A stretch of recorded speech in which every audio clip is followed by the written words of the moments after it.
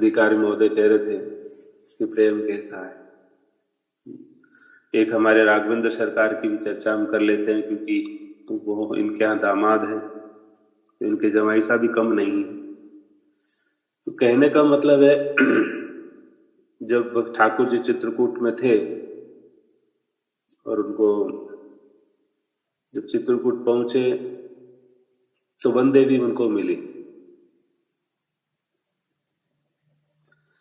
तो वन देवी मिली तो उन्होंने कहा कि मैं आपके लिए क्या व्यवस्था कर दूं,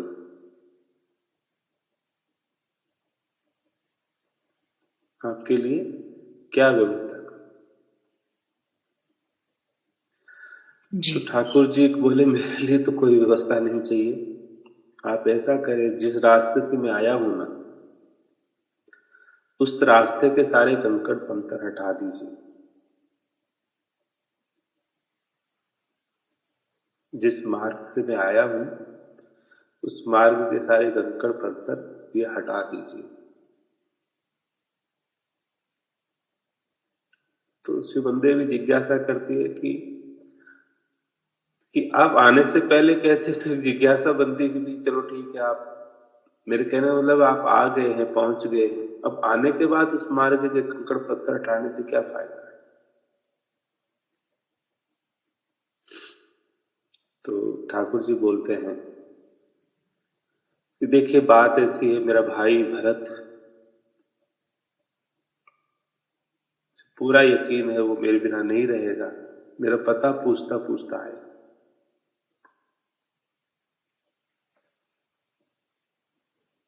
और जब वो पता पूछता पूछता आएगा ना तो ये कांटे उसको चुभ जाएंगे।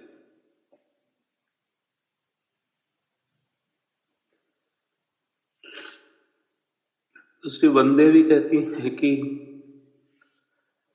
फिर एक जिज्ञासा हमारी बनी,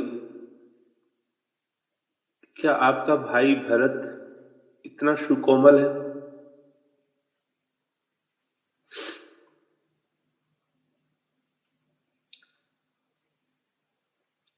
या फिर वो जूते चप्पल भी नहीं पहनेगा, क्यों नहीं पहनेगा। तो उन्होंने कहा जूते चप्पल तो इसलिए नहीं पहनेगा क्योंकि उसे पता है कि हम बिना जूते चप्पल आए। तो रही बात कोमल की, तो कोमल वो ऐसा नहीं है। उसके तो बोले इंद्र का ब्रज जो वज्र है वो भी बोले छाती पे लगे तो टूट जाए, बिखर जाए, इतना मजबूत है वो। लेकिन दिक्कत क्या है, यदि वो आएगा और ये कांटे उसको चुभेंगे तो ये छोड़ करके वो शरीर छोड़ सकता है कि मेरे भाई को ऐसे कांटे चुभे, तेरी भाभी को ऐसे कांटे चुभे। तो मैं चाहता हूं उसका प्राणांत ना हो, तो शरीर को धारण करे, इसलिए आप ये व्यवस्था कर सकते हैं तो करिए।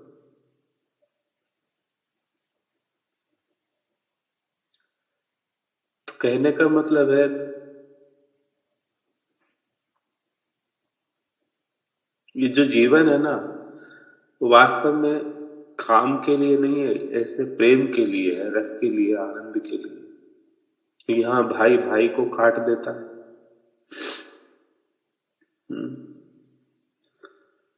भाभी देवर की बनती नहीं, वहां कैसा देखो बलिदान है, मतलब कितना बारीक चिंतन है। तो ये भी कह सकते हैं पता चलेगा उनको आने तो हम जैसे भटक रहे हैं उनको भी दर्द होने। जी देवराज इंद्र श्री माता सरस्वती के पास जाते हैं कि भरत जो है वो तो चित्रकूट जा रहा है, वो मना के ले आएगा, सबको ले जा रहा है, हमारा काम बिगड़ जाएगा, माता आप कृपा करो, माता आप कृपा करो, उसकी बुद्धि का शमन करो। माता सरस्वती कहती है तुम पागल हो गए हो क्या, तुम्हारी बुद्धि इतनी कुंठित हो गई है, त्रिभुवन में कोई ऐसा नहीं है जो भरत की बुद्धि को फेर दे। भरत के चित्त में हल्का सा भी संशय प्रकट करने की शक्ति किसी शक्ति में नहीं।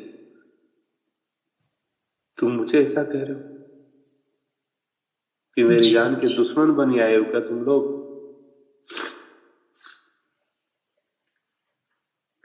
तो कहने का मतलब है यहाँ क्या होता है जी, हमारा तो बहुत प्रेम था पहले उनसे, उन्होंने ऐसा काम कर दिया, उसके बाद तो हमारी नाक कट गई और हम तो बस देखते नहीं, कोई लेना देना नहीं हमारा उनसे। हमने उनको इतना प्रेम दिया तो सस्ता हो गया ना कलिकाल में तो प्रेम। इस पर सुहा या नहीं आपको? जी भैया। जी नारायण नारायण प्रभु। राधे राधे। जी जी जी भगवान जी बताएं। तो आपके जवाई साहब भी कम नहीं है? जवाई होते हैं मतलब वो तो हमारे जवाई साहब बोलते हैं क्षत्रिय भाषा में, तो आपके शायद दामाद बोलते हैं। मेरा श्री मामा जी आप हैं भगवान। हाँ जी, हमारा श्री मामा जी है। हाँ नहीं वो मैं कह रहा हूँ मामा जी हैं, लेकिन मेरे कहने मतलब क्षेत्र के तो दामाद हैं कि नहीं? वो जी जी जी जी भले मामा हो, तो जनकपुर है तो जनकपुर के तो दामाद ही कहलाएंगे वो। जी जी भगवान जी भगवान जी जी भगवान। तात्पर्य ये है ठाकुर जी कैसे आपके यहाँ से इको हो रहा है, कैसी मर्यादाएं हैं। दुनिया कहती है जनमत संग्रह, जनमत संग्रह कि भाई शु पूछ लो, सबसे पूछ लो क्या करना ठीक है क्या नहीं करना ठीक है, अपने मत चलाओ। जनमत संग्रह रखो, जो ठीक है वो करो, जो जीत जाए वो करो।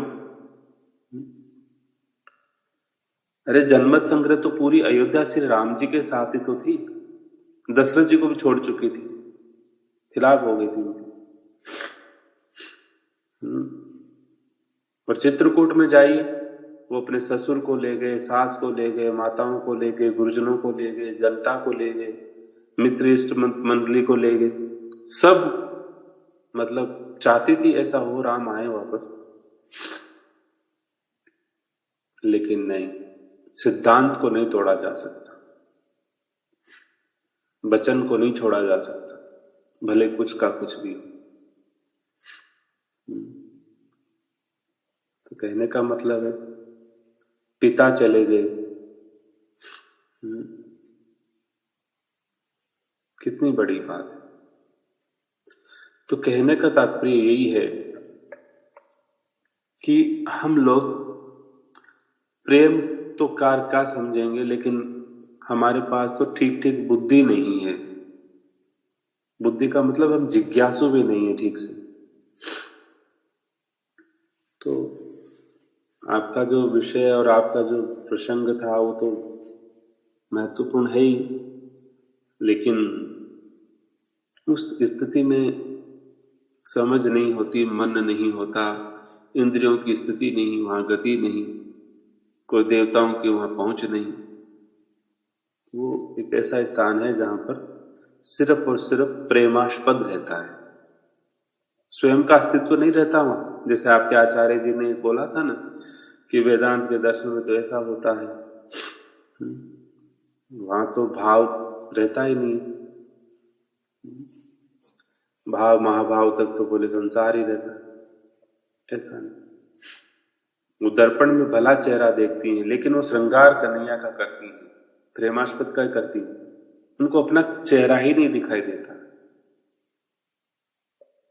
अपना सर्वांश में यदि अस्तित्व का मतलब उस अस्तित्व को मिटा दिया जाता है, उसे प्रेमास्पद कहते, प्रेमी कहते। वहां कुछ नहीं रहता।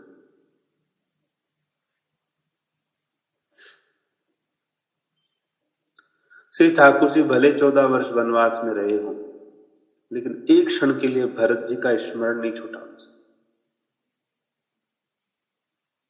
हमने हर बार कहा है भैया भरत जो है वहां के प्राण है, प्राण मानस के, वो मानस की गोपी भी है।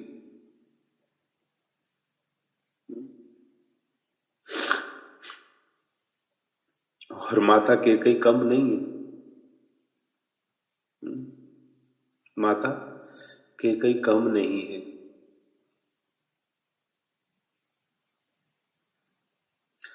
सिर्फ अपने पुत्र के कहने से, मतलब अपने आराध्य के कहने से उन्होंने अपना सुहाग तक त्याग कर दिया।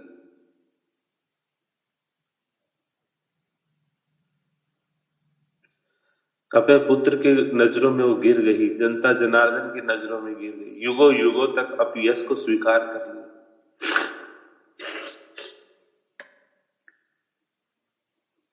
क्यों नहीं? राम कह रहा, मेरा राम कह रहा है, मां ऐसा मेरे लिए करो।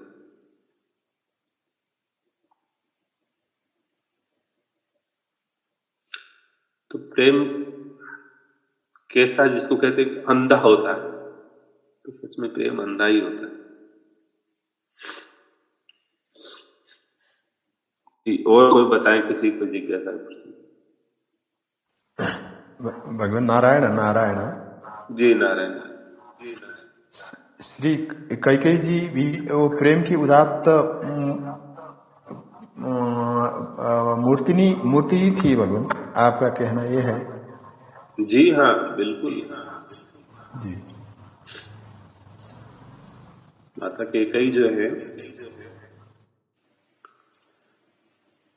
एक बार क्या हुआ, श्री रामभद्र माता के पास जाते हैं, तो माता से कहते हैं, मां आप मेरा एक काम करेंगे?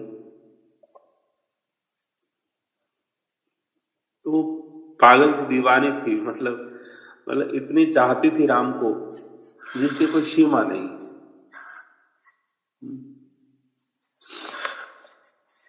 उन्हें पता था और कोई तो कर भी नहीं सकता। तो बोले आप मेरा एक काम करेंगे? बोले बोलो बेटा। कि जिस दिन से पिताजी मेरे को राज तिलक देंगे ना, उस दिन आप ऐसा कर लेना कि मुझे 14 वर्ष के लिए वनवास और भरत के लिए राजमान।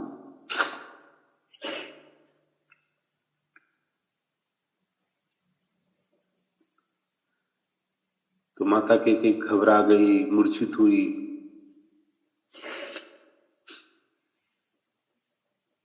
तो ठाकुर जी बोलते हैं कि देखो, आप तो ये कहती हो कि राम तेरे को मांगना पड़ा मुझसे, मुझे पता नहीं चला, ऐसा ऐसा। तो उन्होंने बहुत सारी बातें कही कि देखो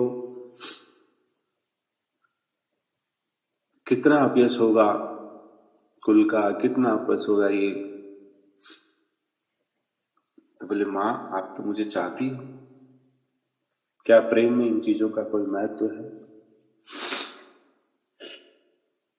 तो कहने का मतलब है, सरस्वती की बुद्धि फेरने से माता कैकेयी ने इसे नहीं किया।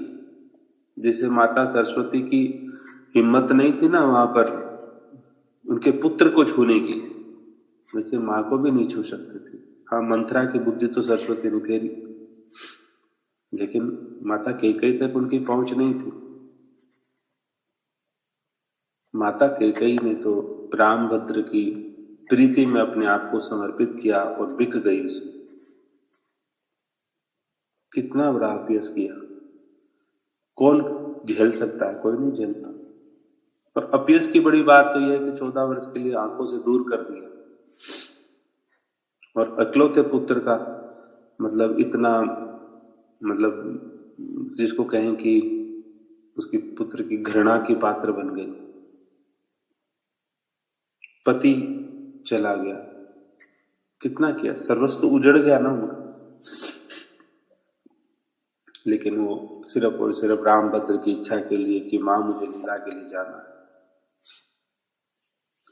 तो इसलिए हम लोग इन बातों को समझते नहीं हैं, और ऊपर से फिर कह देते दुनिया में तो ऐसी के कही थी, ऐसी के कही। ऐसा नहीं है। अरे जिसका पुत्र ऐसा हो वो माँ कैसी होगी? कि संस्कार तो माँ ने दिए है ना, वो उसकी प्रथम गुरु भी है।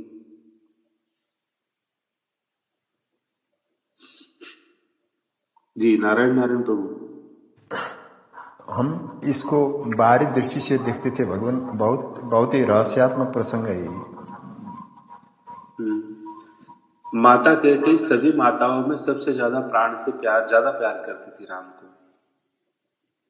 उनके चित्त में कभी भी कोई पुत्र नहीं आया, सिर्फ राम ही रहता था।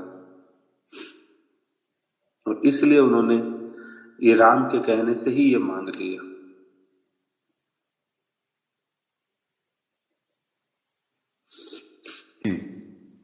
ये लीला जैसे अक्रूर की लीला है ना, इसी तरह की लीला है भाई। श्री जी कभी नहीं टोकी उनको जाने के लिए, रोकी भी नहीं। रोक तो सकती थी,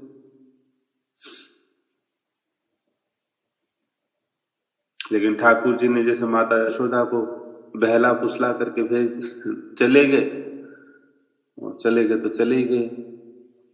इसी तरह से रामभद्र को भी ये करना पड़ा, चले गए।